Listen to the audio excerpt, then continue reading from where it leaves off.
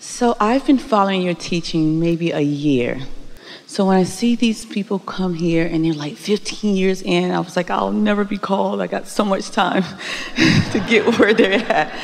Well, you understand that desire and relationship to your desire is really sort of what we're about here more than anything. In other words, when you have a desire and you're far from it, you don't light up in the way of readiness. But when your desire and where you are closer together, then there's a greater probability of some movement in energy, and that's of advantage to you sitting here and to everyone else who is in on it too. Some just enjoy the sweet nectar of the energy. There's no ending. It's like you say, I've met a lot of people, and do you know they've been eating for, some of them, their whole life.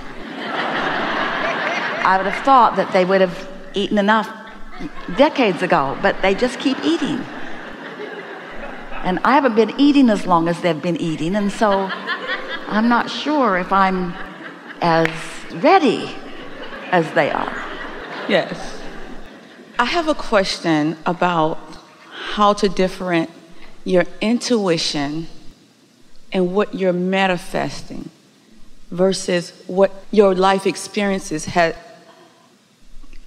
given you already. So should I rely on my practical experience or my now intuitive, inspired calling? Yes, you go through life and you go through these experiences and you feel like you know, so you don't put yourself out there to do certain things. Okay, let's go relationship. I'm in this relationship. A lot of times your experiences actually cause you to practice a vibration of hindrance. Right. And so the more experienced you are, the more resistance you have on the subject. That's why it's easier to create on subjects that you don't have a lot of history than on subjects where you do have a lot of practiced thought. How do you not know if it's your tuition? Well, let us give you a very clear answer, and then we want to talk about what you want to talk about, if you still want to talk about it. So, one of the things, we know you have felt it. So here you are in a gathering, and here's Esther, and she seems sure of herself, and there's continuity to what she says, and logic to it too, and you're feeling some resonance with it here and there and here and there and here and there. And so it would be possible, in fact it happens all the time, that someone in the audience comes to the conclusion that Esther's just really good at what she does and really believes what she is saying, as do a lot of people who talk about a lot of things, and many of them in absolute contradiction to what's going on here. And so this could just be another opinion that I am exposing myself to, and blah blah blah. And we say that falls into the category of words don't really teach.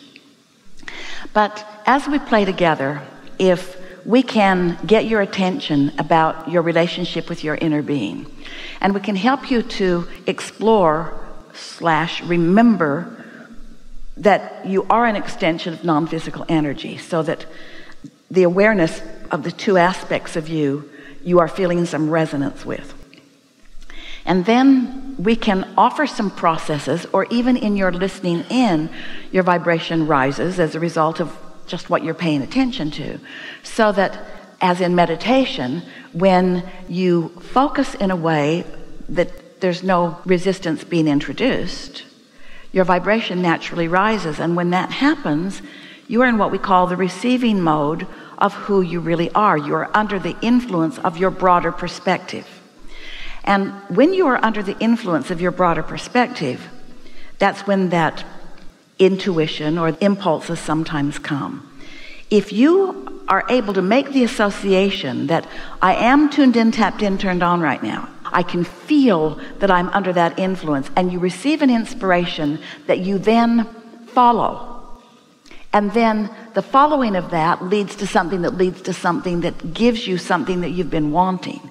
Then you're able to make the personal association between what you accomplished vibrationally and what happened.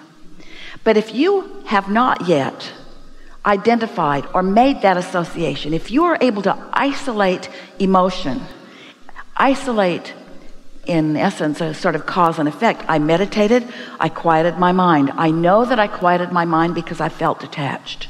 And in that detached state, I felt better and better and better, which is logical to me that my vibration was rising. And then a clarity came over me where an idea came from a place that I had not experienced it before that was so sweet that when I tasted it, I wanted it and I followed it, and the payoff was obvious to me. So I've made the association. That's the sort of guidance that we want you to follow. And until you make that association, then it's sort of a crapshoot. Because the truth of it is, often, without doing it on purpose, you're tuned in, tapped in, turned on. And often, you get tuned in and you get an impulse and you follow it. But you often don't make the association between whether you were under the influence of your non-physical energy or not. That broader perspective is the question at hand here, isn't it? Esther has built a new house and moved into it a few months ago in San Antonio. And she's had a lot of experience with building projects. Lots of buildings out at the Abraham-Hicks Publications property and lots of construction. Esther likes construction and she likes remodeling and she likes moving things around and she likes engaging with contractors and with workers. She really likes co-creating in physical ways. And so it's something that's really fun for her to do, and she's had a lot of experience at doing it. And because she's had a lot of experience at doing it, she can see when someone's in the mix who isn't focused. And so she sometimes asks herself this question: is this me remembering how something like that happened before and didn't go well? So I'm superimposing that old memory of something not going well, or am I intuitively picking up on this person? That's your question, isn't it? And the answer is, it doesn't matter, because the remedy is the same. Whether it's something from your past that you're using to clog it all up, or whether it's something that you're observing that is clogging it up, the answer is the same. Get off the subject that's clogging it up, because you can't get to the solution by focusing on the problem. I have two scenarios. One, I'll do the one first and then I'll end with the other one. Okay, so I'm pressure washing my home and I'm looking at the pressure washer. I'm like, that thing is gonna break. So I'm pressure washed, like, oh, I want to send it back. Like, okay, I don't want it to break, so I want to send that thing back into the universe and say it's not going to break. So I continue to pressure wash, and I continue, and then it breaks. I'm like, was that in my intuition to stop? So the question is, pressure washing? Esther has asked herself this many times. Did I sense it was about to break, or did I break it? Yes, that's the... But once again, the answer is the same. It doesn't matter. It doesn't matter whether I sensed it and then pushed against in that way, or whether my pushing against is what broke it. The important thing is, what do I do now?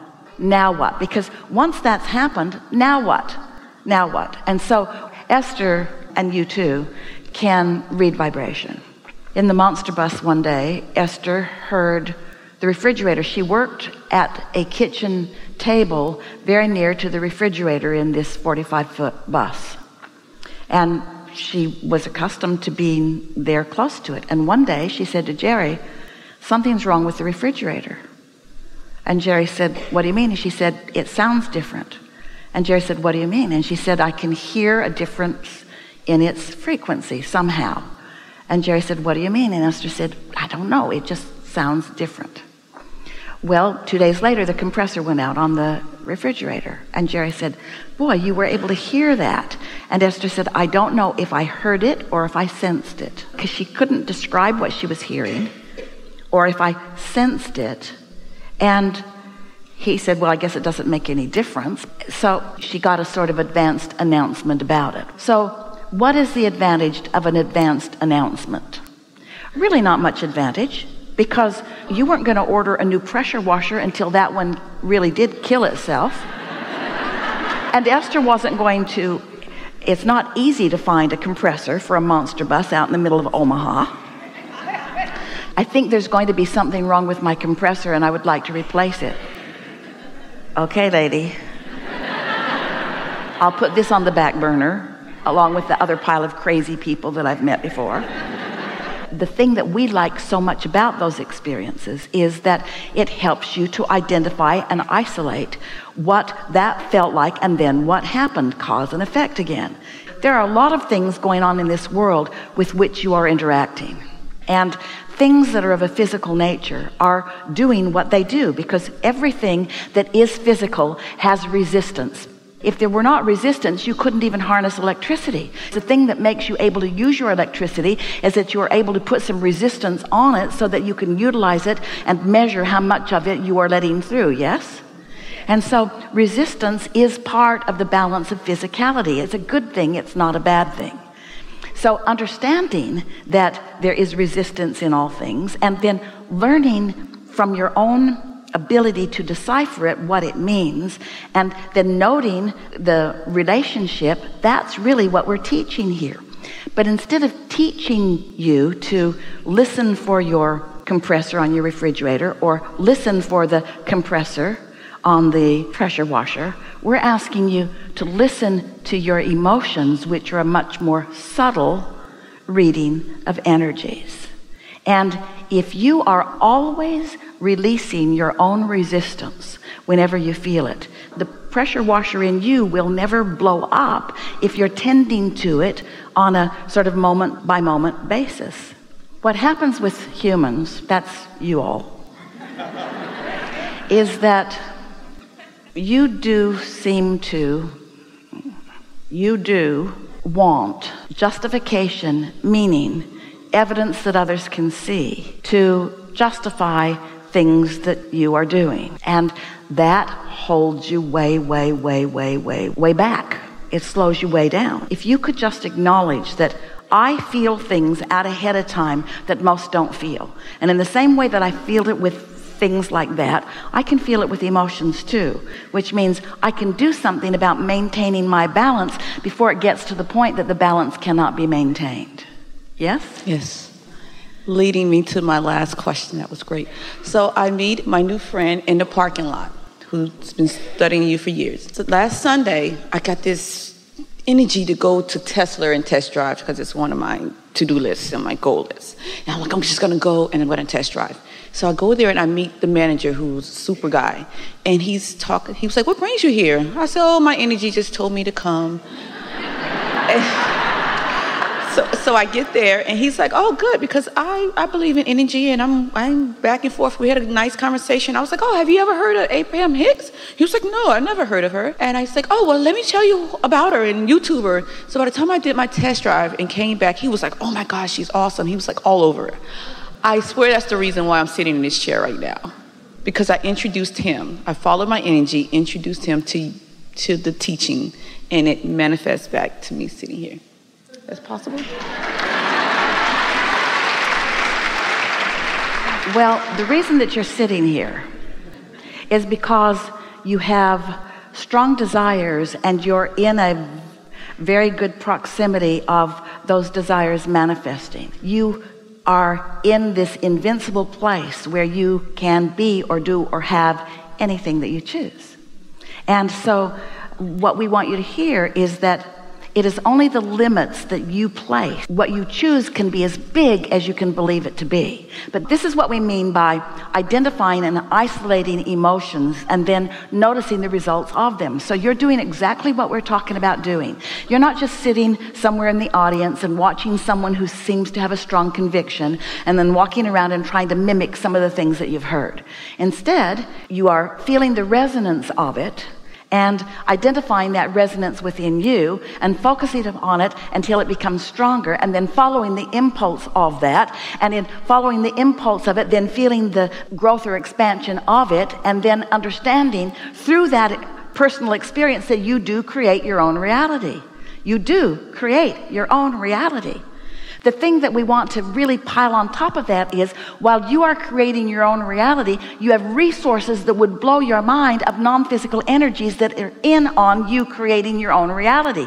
You underestimate the power of your desire and the power of your backup system and the power of the non-physical energies who are focused here with you now. And so this conversation is just because you have been asking for this little nudge that you want, and some would say need, we would say want. Get out ahead of it and dream bigger and watch what happens.